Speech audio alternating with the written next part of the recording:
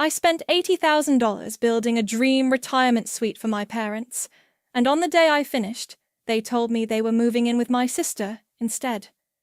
My name is Annalise, and I'm 32 years old. I should have seen this coming, but hindsight is a luxury you can't afford when you're working 60-hour weeks and spending every weekend covered in drywall dust. Are you seriously installing heated floors? Soleil asked, stepping carefully around the construction mess in what would become my parents' kitchen. Anna, this is nicer than my actual apartment. I wiped sweat from my forehead with the back of my work glove. They deserve it. Dad's knees are getting worse, and Mom's been talking about downsizing for years. But $80,000. That's like a down payment on a house. It's an investment, I said, adjusting the thermostat controls. They raised me.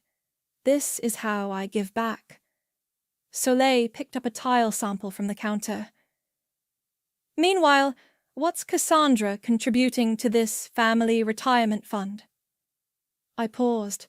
My younger sister had been notably absent from every planning meeting, every Home Depot run, every weekend I'd spent learning to install cabinets from YouTube videos. She's busy with her own life. Busy doing what? Last I heard, Ruben still doesn't have a job. Sul, don't. I'm just saying, you've been killing yourself for 2 years on this project while she posts vacation photos on Instagram. I turned back to the heated floor controls, not wanting to have this conversation. Again. Different people show love differently. Right. Some people show love by building entire apartments. Others show love by existing, I guess. The basement suite was beautiful. I'd designed it myself. An open-concept living area with a kitchenette, a bedroom with built-in storage, and a bathroom with grab bars and a walk-in shower. Every detail considered for aging bodies and changing needs. The floors were luxury vinyl that looked like hardwood, but wouldn't be slippery. The lighting was soft, but bright enough for reading. I'd even installed a separate entrance so they could maintain their independence. Your parents are going to cry when they see this, Soleil said, running her hand along the granite countertop I'd gotten at cost through a contractor friend. That's the plan. 3 weeks later, I stood in that same kitchen, watching my parents examine the finished space with expressions I couldn't quite read. It's lovely, sweetheart, Mom said, her voice strangely flat. Really lovely. Dad nodded, hands clasped behind his back. You did good work here, Anna. Real good work. I waited for more. For excitement. For gratitude. For some acknowledgement of the nights I'd fallen asleep at my kitchen table reviewing contractor estimates, the vacation I'd cancelled to stay on budget, the social life I'd sacrificed to finish on schedule. Instead, Dad cleared his throat. We need to talk. The 3 of us sat on the new couch I'd bought specifically for this moment, the moment they'd realized their daughter had built them a home within a home. Your mother and I have been discussing our living situation, Dad began, and we've decided we're going to move in with Cassandra instead. The words hit like a physical blow. I felt my face go numb. What? Mom leaned forward, her voice taking on that gentle, explaining to a child tone I remembered from childhood. Cassandra needs us more right now. Ruben lost his job, and they're struggling with the mortgage. We can help with expenses and babysit when she finds work. But this... I gestured around the space that had consumed my life for 2 years. I built this for you. And it's beautiful, Dad said quickly. But family takes care of family. Cassandra's family is in crisis. I stared at them, processing. So what am I supposed to do with this? Dad and Mom exchanged a look. Well, Dad said slowly, You could always sell the house. Use the equity from the renovation to help get Cassandra and Reuben back on their feet. The room went silent except for the hum of the new refrigerator. You want me to sell my house? We're just saying it's an option, Mom said. You're single. You don't need all this space. The money could really help. I'll think about it, I said, standing up. That night, I sat in my actual kitchen upstairs, staring at my laptop screen. The cursor blinked in the search bar. How to list basement suite for rent. I clicked enter. The family dinner was scheduled for Sunday. I should have cancelled, but some masochistic part of me needed to see this through. Cassandra's house looked the same as always. Decent neighborhood, well-maintained lawn, the kind of place that screamed, "We're doing fine," to anyone driving by. I rang the doorbell with a bottle of wine I'd grabbed from my kitchen counter, something I'd been saving for a celebration that would never come. Anna!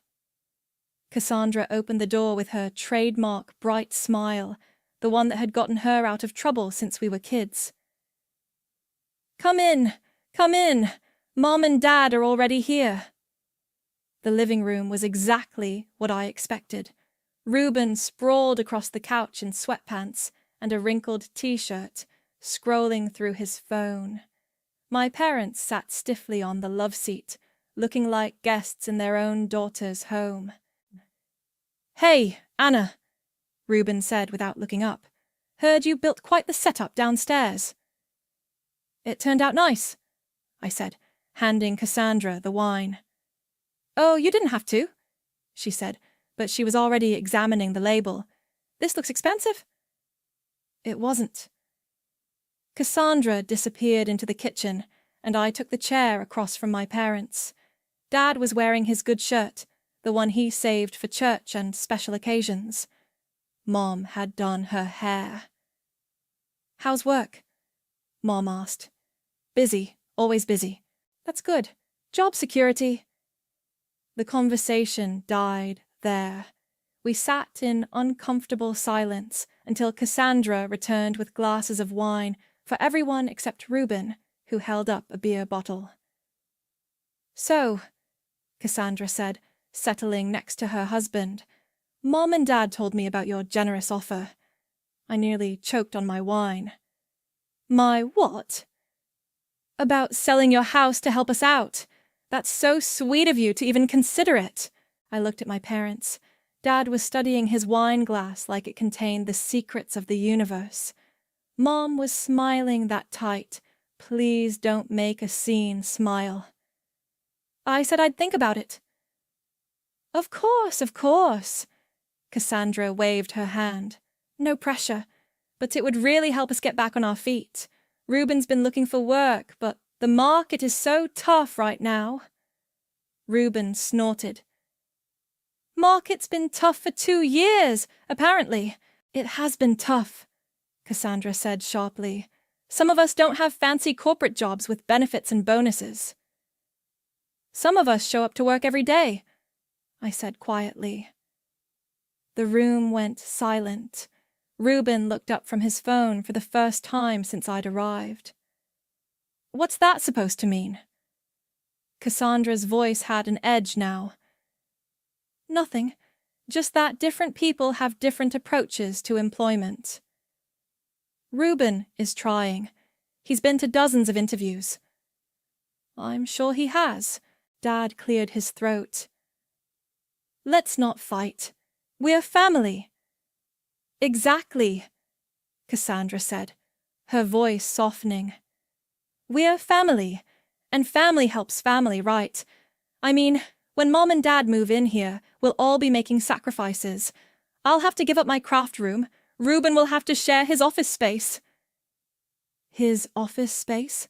I asked. Reuben gestured vaguely toward the hallway. Got a whole setup in the spare bedroom. Gaming computer, streaming equipment. I'm working on building a following. Streaming what? Video games, mostly. Some commentary stuff. It's actually a legitimate career path now. I took a long sip of wine. How's that working out financially? It takes time to build an audience, Cassandra jumped in. But Ruben's really talented. He just needs the right opportunity. Right, I said. And in the meantime, my parents are going to support you. We're going to support each other, Mom said firmly. That's what families do, is it? I asked. Because I spent 2 years and $80,000 supporting this family, and now I'm being asked to sell my house to support it some more. Anna. Dad's voice carried a warning. No, it's fine, Cassandra said, but her cheeks were flushed. I get it. Anna's always been the responsible one, the one with the good job and the savings account. Some of us aren't that lucky. Luck has nothing to do with it, doesn't it? Some of us had to figure things out on our own. Some of us didn't get help with college applications or job interviews or... I worked 3 jobs to pay for college. And I got married and started a family. Different choices, different paths. Ruben stood up suddenly. I'm getting another beer. Anyone want anything? Nobody answered. He shuffled toward the kitchen, and I heard the refrigerator open and close. Look, Cassandra said, her voice gentler now. I know this is hard, but Mom and Dad need us, both of us, and if selling your house means we can all be stable and together, isn't that worth considering? I looked at my parents. They were both staring at me with expectant faces, waiting for me to do what I'd always done, sacrifice for the greater good of the family. I'll think about it, I said again, but I'd already made my decision. The rental listing went live Tuesday morning. By Wednesday, I had 12 inquiries. Basement suite, separate entrance, all utilities included. I read from my phone to Soleil over lunch. $700 a month. That's it? Anna, you could charge way more for that space. I don't want a landlord headache. I want good tenants who'll stay long-term. And stick it to your family in the process. I smiled. That's just a bonus. The first showing was Thursday evening. A young couple arrived exactly on time, Emma and her fiancé Jake. She was maybe 28, professionally dressed, carrying a folder of documents. This is beautiful, Emma said, stepping into the living area. You did all this yourself? Most of it. Had help with the electrical and plumbing. Jake was examining the kitchen cabinets. These are solid wood, real quality work. Thank you. Emma opened her folder. We brought references, credit reports, employment verification. I work in marketing, Jake's in IT. We're both salaried, no pets, non-smokers. Why are you looking for a rental? I asked. Most people your age are trying to buy. We're saving for a wedding and a down payment, Emma said. This would let us save faster while still having our own space. How long are you thinking of staying? At least 2 years, maybe 3. We're not in a rush. Perfect. The lease would be month to month initially, but I'd prefer a longer-term arrangement once we're all comfortable. That works for us, Jake said. When could we move in? 1st of next month if you want it. They exchanged a look. We'll take it, Emma said. Friday morning, I sat across from Dominic at his financial planning office. He was maybe 34, sharp suit, the kind of competent professionalism that made you trust him with your money. So you're looking at rental income of $8,400 annually, he said, typing into his computer. What are your goals for this money? Growth. Long-term growth. Retirement planning? Maybe. Or travel, or just security. He turned his screen toward me. High-yield savings account gives you immediate access, but lower returns. Index funds are better for long-term growth, but less liquid. What would you recommend? Split it. Emergency fund in savings, the rest in a diversified portfolio. Conservative but steady growth. How steady? Historically, 7 to 10% annually, compounded. I did the math in my head. So, in 10 years, assuming consistent contributions and average market performance, you're looking at significant growth. Plus, rental income typically increases over time. Set it up. That evening, Soleil came over with champagne. To karma with cash flow, she said, raising her glass. To new beginnings. We were sitting in my kitchen when my phone buzzed with a notification. Instagram. Cassandra had posted a photo of herself at some upscale restaurant. Caption reading, "Date night? Sometimes you just need to treat yourself." Interesting, Soleil said, looking over my shoulder. Thought they were broke. I scrolled through more recent posts. Designer handbag, new shoes, a weekend trip to the coast. Maybe Ruben's streaming career took off, I said. Or maybe your parents are more generous than you thought. My phone rang. Mom. Hi, Mom. Hi, sweetheart. How are you? Good. Busy with work. That's nice. Listen, I wanted to ask, have you given any more thought to what we discussed? About selling the house? Well, yes. Cassandra mentioned they're really struggling with the mortgage payment this month. I looked at Soleil, who was making exaggerated, shocked faces. I'm still thinking about it. Of course. No pressure. It's just that they're family, and if there's anything we can do to help. Are you helping them financially, Mom? Silence. What do you mean? I mean, are you and Dad giving them money? We're doing what we can. Small amounts here and there. How small, Anna? That's not really your concern.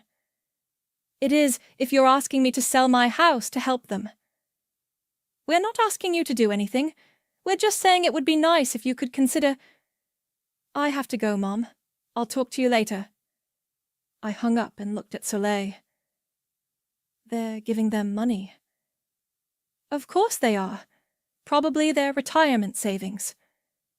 While asking me to sell my house. The golden child gets everything, just like always. My phone buzzed with a text from Emma. Just wanted to say thank you again for choosing us as tenants. We're really excited to move in next week.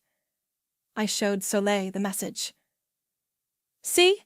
Good tenants, steady income, and your parents can figure out their own living situation.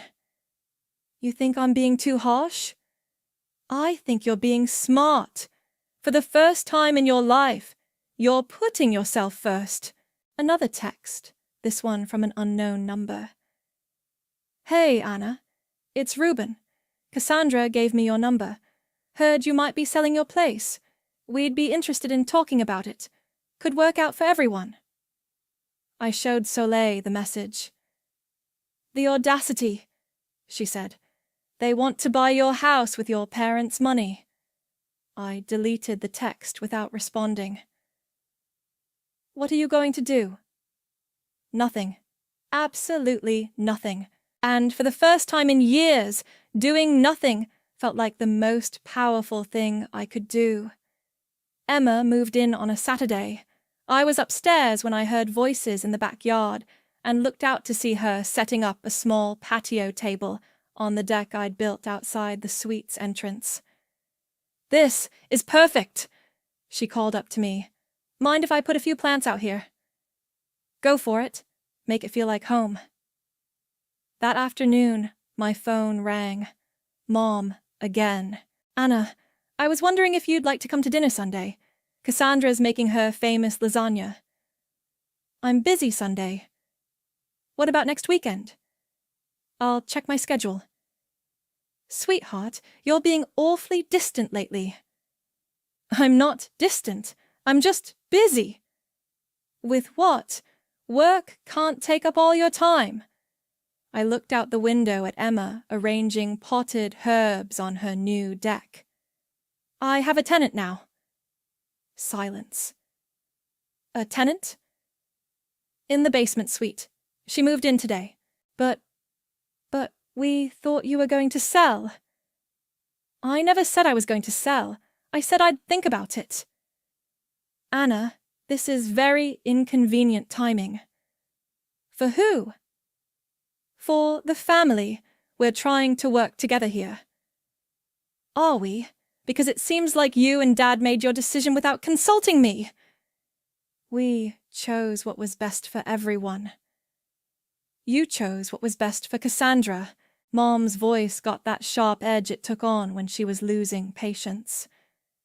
Your sister needs support right now. She's going through a difficult time. When hasn't she been going through a difficult time? That's not fair. Isn't it? Remember when she crashed Dad's car senior year and I had to give her my graduation money for the deductible? Or when she couldn't make rent in college and I worked double shifts to help her out? Or when... Those were different situations. Were they? I heard Dad's voice in the background. Then Mom came back on the line. Your father wants to talk to you. Anna. Dad's voice was tired. What's this about a tenant? I rented the basement suite. $700 a month, 1-year lease. You can't do that. I can. It's my house. But we had an understanding. No, Dad, you had an assumption. This is very selfish of you. The words hit harder than I expected. Selfish? Your family needs help, and you're worried about making a profit. I spent $80,000 and 2 years of my life building that space for you. And we appreciate that, but circumstances changed. Circumstances changed, or Cassandra called crying about money again. Don't talk about your sister that way. How should I talk about her? She's 29 years old, Dad. When does she start taking responsibility for her own life? She's trying her best. Is she? Because from where I'm sitting, it looks like she's living off your retirement savings while her husband plays video games. That's enough. You're right. It is enough. I hung up. Sunday evening, I was grading papers at my kitchen table when Emma knocked on the back door. Sorry to bother you, she said. I was wondering if you knew anything about the people who keep calling the house phone downstairs.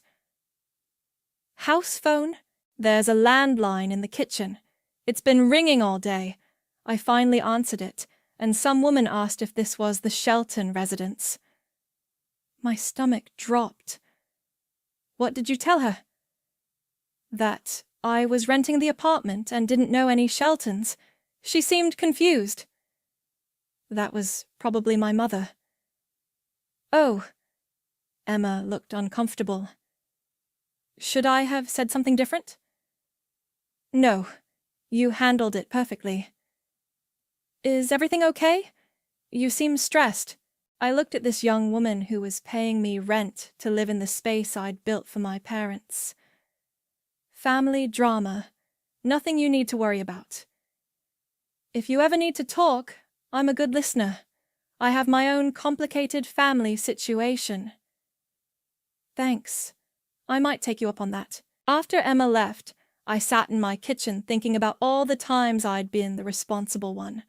The times I'd covered for Cassandra, cleaned up her messes, made excuses for her behavior. The times my parents had asked me to be understanding because Cassandra was going through something. My phone buzzed. Text from Cassandra. Mom said you rented the basement. Really? You couldn't wait to see if we could work something out? I stared at the message for a long time before typing back. Work what out? You know what? Don't play dumb. I genuinely don't know what you're talking about.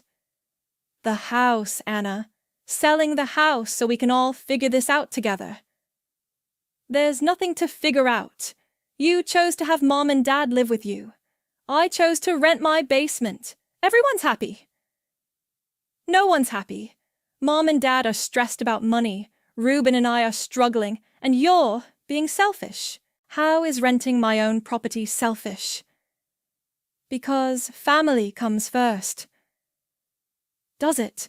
Because when I needed help with the renovation, where was the family? When I was working overtime to pay for materials, where was the family? The typing indicator appeared and disappeared several times before her response came. We all contribute differently. You're right. Some of us contribute.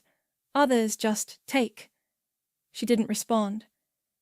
Tuesday morning, my phone rang at 6 a.m. Dad. Anna, we need to talk. It's 6 in the morning. Things at Cassandra's aren't working out. Can we meet for coffee? I smiled, looking out at Emma's herb garden thriving on the deck below.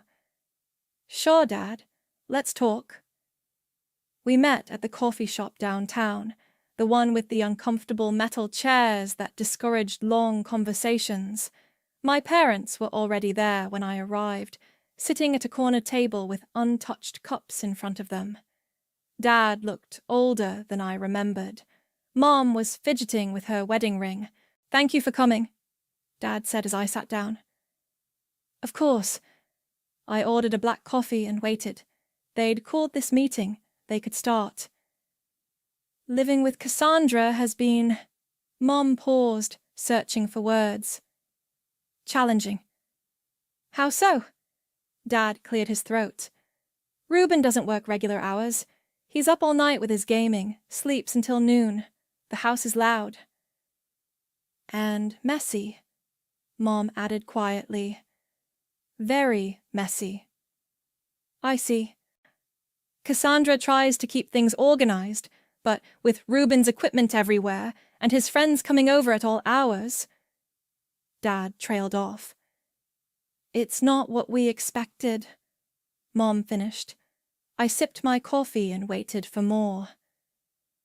The thing is, Dad continued, we were wondering if maybe we could move into the suite you built, just temporarily, while we figure out a more permanent solution.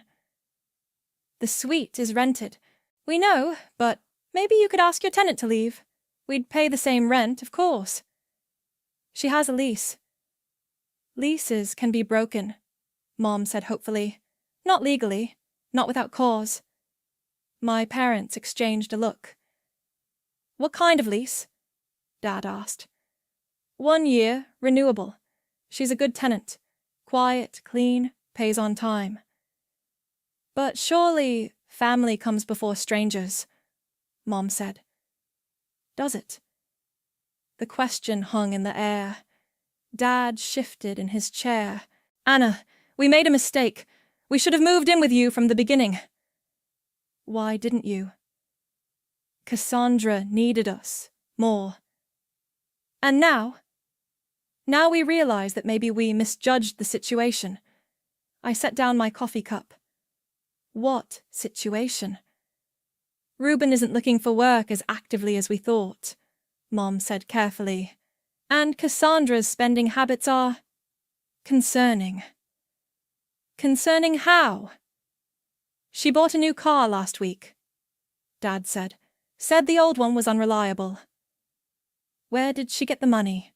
My parents looked at each other again. We helped, Mom said quietly. How much help? Anna, that's not... How much? Dad rubbed his forehead. We've given them about $15,000 over the past few months.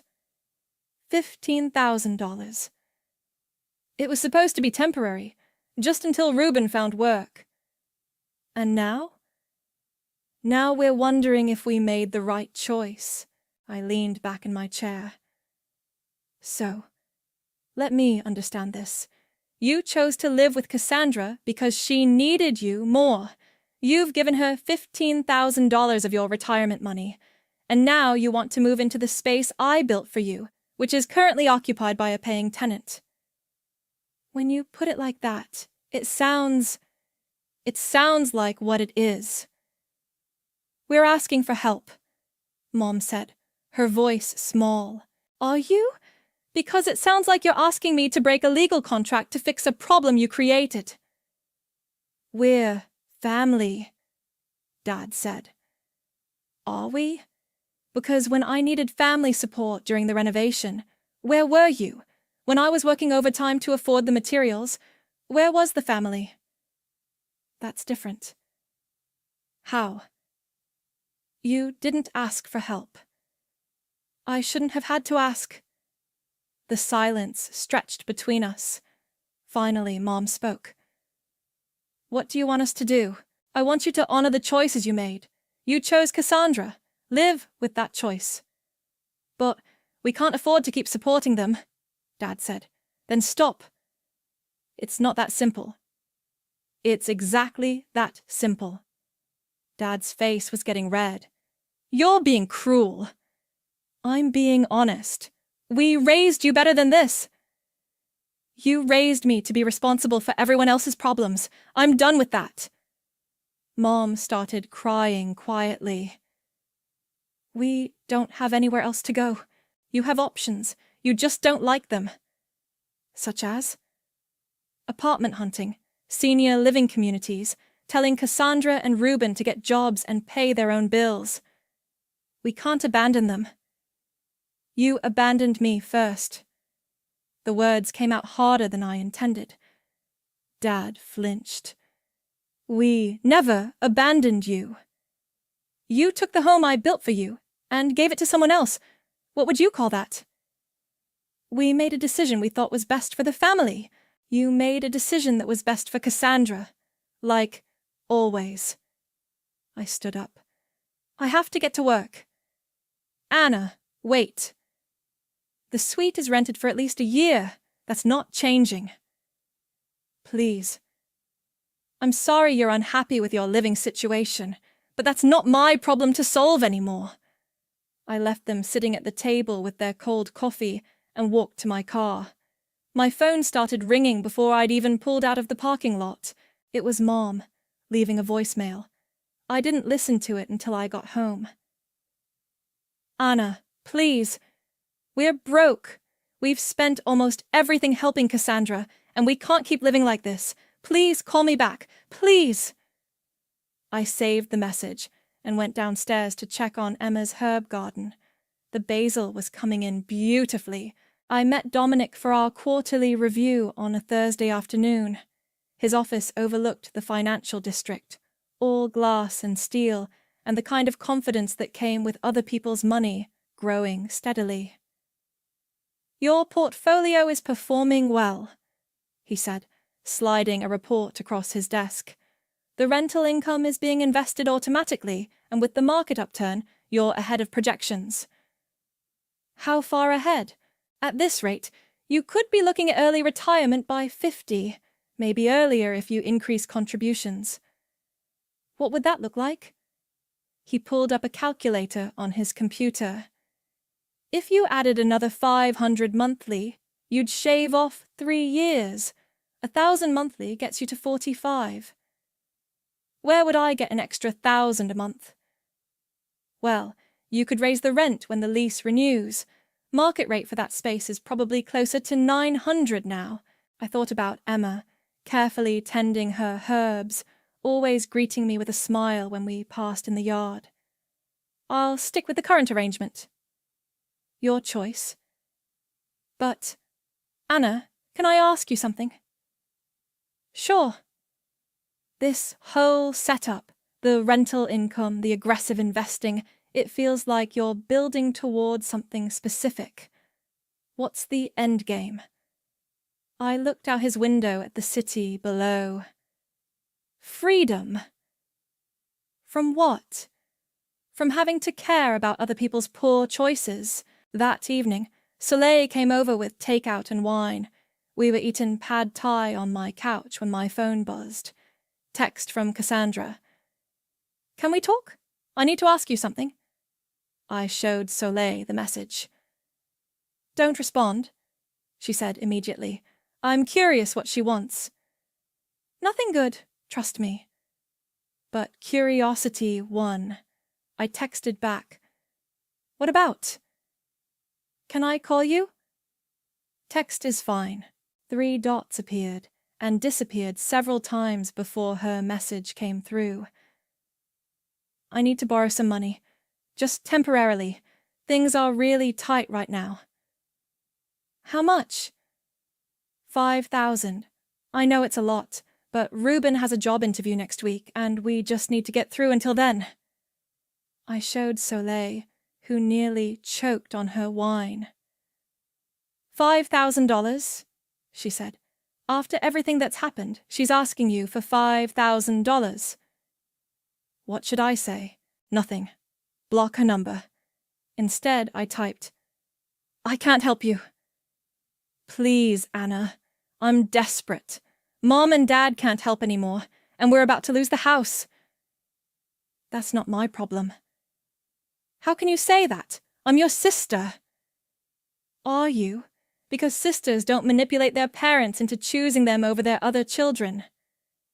I never manipulated anyone. Right. Anna, please, I'm begging you. I set the phone down and looked at Soleil. She's begging. Good, let her beg. My phone rang. Unknown number. Don't answer it, Soleil said. I answered anyway. Hello? Anna, it's Ruben. What do you want? Look, I know things have been weird between our families, but I wanted to talk to you directly, man to man. I'm not a man. You know what I mean, adult to adult. Okay. Cassandra told me you can't help us out financially, and I get that, but I wanted you to know that calling you selfish and cruel was out of line. Was it? Yeah. You worked hard for your money. You don't owe us anything. I waited for the but. But I also wanted you to know that your parents are really struggling. They've given us almost everything they have, and now they're talking about moving into some sketchy apartment across town because it's all they can afford. That sounds like a problem they created. Maybe. But they're your parents, Anna. Don't you care what happens to them? I care. But I'm not responsible for fixing their mistakes. Even if those mistakes were trying to help family? Especially then. Ruben was quiet for a moment. You're really not going to help. I'm really not. Wow. Cassandra said you were cold, but I didn't believe her. Believe her. You know what? Fine. We'll figure it out ourselves. We don't need your help. Good. But don't come crying to us when you're old and alone and realize that money can't buy you a family. I won't. He hung up. Soleil was staring at me. I'm impressed. That was ice cold. Was it too much? It was perfect. My phone buzzed with a text from my old neighbor, Mrs. Patterson. Saw a for sale sign go up at your sister's house today. Thought you should know? I showed Soleil the message. They're selling the house, she said. Looks like it. How do you feel about that? I thought about it. Relieved. Relieved? If they sell the house, they can't ask me to help with the mortgage anymore. My phone rang again. Mom. Don't answer it, Soleil said. I let it go to voicemail, then played the message on speaker. Anna, I don't know what to do. Your father and I are looking at apartments we can't afford, and Cassandra says you won't help. I know you're angry with us, but please don't let that anger hurt your family. Call me back. I deleted the message. You're really done with them, Soleil said. I'm really done. How does it feel? I looked around my quiet house, thought about Emma downstairs living her peaceful life, thought about my growing investment account and my plans for early retirement. It feels like freedom. They showed up on a Saturday morning. I was having coffee in my kitchen when I heard car doors slamming in my driveway. Through the window, I saw all 4 of them walking toward my front door: Mom, Dad, Cassandra, and Reuben. The doorbell rang 3 times in quick succession. I opened the door and found them arranged on my porch like some twisted family portrait. Mom's eyes were red. Dad looked exhausted. Cassandra was holding a tissue. Reuben stood behind them with his hands shoved in his pockets. "We need to talk," Dad said. "All of you?" "We're family," Cassandra said. "We should handle this as a family." I stepped aside and let them in. They filed into my living room and arranged themselves on my furniture like they were staging an intervention. "Coffee?" I asked. "This isn't a social visit," Dad said. "Okay." I sat in the chair across from them and waited. Mom spoke first. "Anna, we're desperate. We've looked at dozens of apartments, and everything we can afford is either dangerous or falling apart." "We found a place," Dad added, "but it's 40 minutes from town, and your mother can't drive that far anymore." "The house sold," Cassandra said quietly. "We close next week."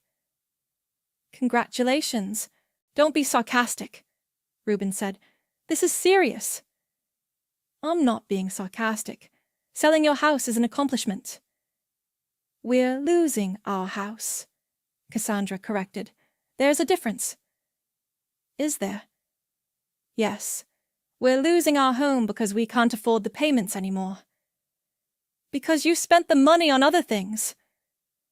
"We spent the money helping family," Dad said firmly. "You spent the money enabling Cassandra." "That's not fair," Mom said. "Isn't it? How much did the new car cost? The dinners out? The weekend trips?"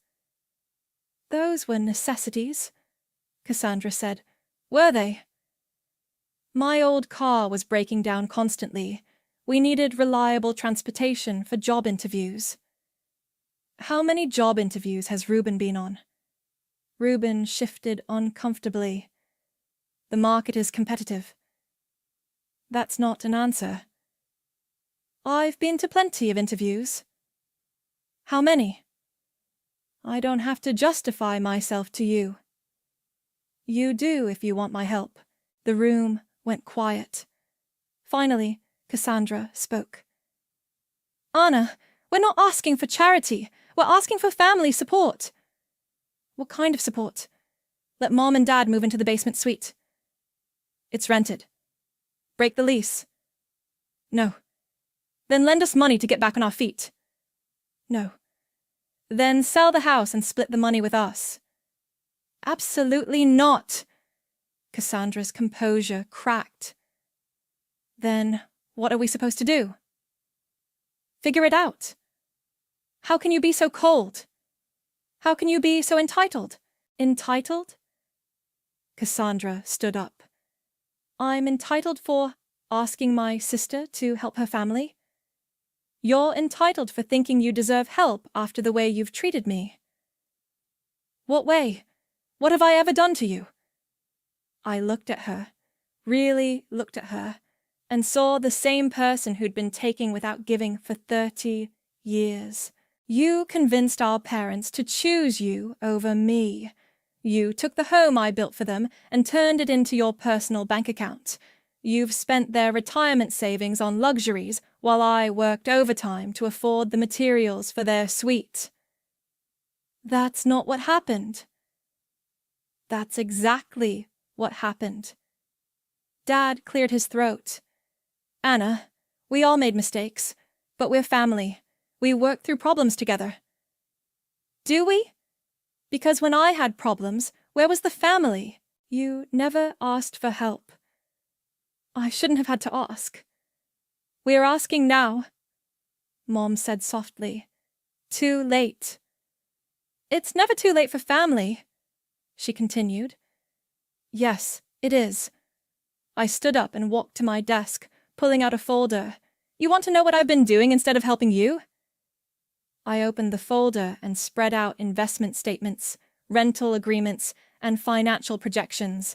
I've been building a future. Every month, Emma pays me $700 in rent. That money goes directly into investments. In 15 years, I'll have enough to retire early. You're choosing money over family, Cassandra said. I'm choosing myself over people who never chose me. We chose you, Dad said. We raised you. We loved you. You raised me to be responsible for everyone else's problems. You loved me conditionally, based on what I could provide. That's not true, isn't it? When did you last call me just to see how I was doing? When did you last visit without needing something? They were all quiet. I spent 5 years building something for people who threw it away the moment someone else needed it more. I spent $80,000 on a dream that lasted exactly 1 day. I gathered up the papers and put them back in the folder. I spent 5 years building for someone else. Now I spend every day building for myself. That's not cruelty. That's karma. Dad's face went pale. Anna, I'm done. I'm done being the responsible one. I'm done fixing everyone else's mistakes. I'm done sacrificing my future for people who wouldn't sacrifice their comfort for me. Cassandra was crying now. You're destroying this family. I'm not destroying anything. I'm just removing myself from the wreckage. They left without another word. The silence was beautiful. No more voicemails, no more guilt-laden text messages, no more surprise visits or emotional ambushes. My phone stayed quiet, and my life stayed peaceful. Emma knocked on my back door on a Tuesday evening, holding an envelope. This came to the downstairs mailbox by mistake, she said, handing me a wedding invitation addressed to her. But I wanted to ask you something. What's up? Jake and I are getting married next month. Small ceremony, just close friends and family. Would you like to come? I looked at the invitation, elegant script on cream paper. You want me at your wedding? You're the reason we have this beautiful home. You're the reason we could save money for the wedding. Of course we want you there. I'd love to come. Great. And Anna? Thank you. For everything. This place has been perfect for us. After she left, I sat on my back deck looking at the herb garden she'd expanded. Tomatoes were growing now, and peppers. She'd asked permission first, offered to share the harvest. I'd told her to keep it all. I liked watching things grow. My phone buzzed. Dominic. Anna, I have some good news. The market performed better than expected this quarter. You're ahead of schedule on your retirement projections. How far ahead? At this rate, you could retire at 45 instead of 50. Maybe earlier if you want to travel somewhere with a lower cost of living. Where would you recommend? Portugal's popular with early retirees. Good weather, low cost of living, excellent health care. Portugal sounds nice. I'll send you some information. That weekend, Soleil came over with champagne and a stack of travel brochures. Portugal, she said, flipping through photos of coastal towns and vineyard-covered hills. Maybe. Or maybe somewhere else. The point is, I'll have options. What about your job? What about it? I've been there 8 years. I'm good at it, but I don't love it. If I can retire early, why wouldn't I? And your family? I gestured around my quiet house. What family? You haven't heard from them at all? Nothing. Complete radio silence. How does that feel? Peaceful. Soleil raised her glass. Two peace. Two peace. We were finishing the bottle when my doorbell rang. Through the peephole, I saw Mrs. Patterson from next door. "Anna, dear, I hope I'm not bothering you." "Not at all. Come in." "I just wanted to update you on the neighborhood news. You know how I like to keep everyone informed. Mrs. Patterson was 75 and had lived on our street for 40 years. She knew everyone's business and wasn't shy about sharing it. Your parents found an apartment," she said, settling into my couch. "Way out on the east side. Tiny place, but it's what they could afford." "Good for them." "And your sister and her husband moved in with his parents. Apparently it's not going well. His mother called the police last week because of a domestic disturbance." "That's unfortunate." "The young man, Reuben, he got arrested for drunk driving, lost his license." "I see." Mrs. Patterson studied my face. "You don't seem surprised by any of this." "I'm not." "Your mother came by here a few weeks ago, asking if I had your new phone number. She seemed to think you'd moved." "What did you tell her?" "That I hadn't seen you around much, but your car was still in the driveway. She looked so sad, dear." "I'm sure she did." "She asked me to give you a message if I saw you." I waited. "She said to tell you that she's sorry, that they all are, and that they miss you." "Okay." "That's all? Just okay? What else would you like me to say?" Mrs. Patterson leaned forward. "Anna, I've watched you grow up. I've seen how hard you've worked, how much you've sacrificed for that family, but they're still your family." "Are they?" "Blood is blood, dear." "Blood isn't enough." She was quiet for a moment. "What would it take? For you to forgive them?" I thought about it. Really thought about it. "Nothing," I said finally. "There's nothing they could do or say that would make me want them back in my life." "That seems harsh." "It seems honest." Mrs. Patterson stood to leave. "Well, I hope you find happiness, dear, whatever that looks like for you." "I already have." After she left, I walked through my house, my quiet, peaceful house with its beautiful basement suite and its reliable tenant and its growing investment account. I thought about Portugal, about early retirement, about a life built entirely on my own terms. Emma was on her deck, watering her tomatoes. She waved when she saw me. "How's the garden?" I called down. "Thriving," she said. "Just like everything else." I smiled and went back inside. I didn't break the family. I just removed myself from the wreckage. And for the first time in my life, I was exactly where I belonged.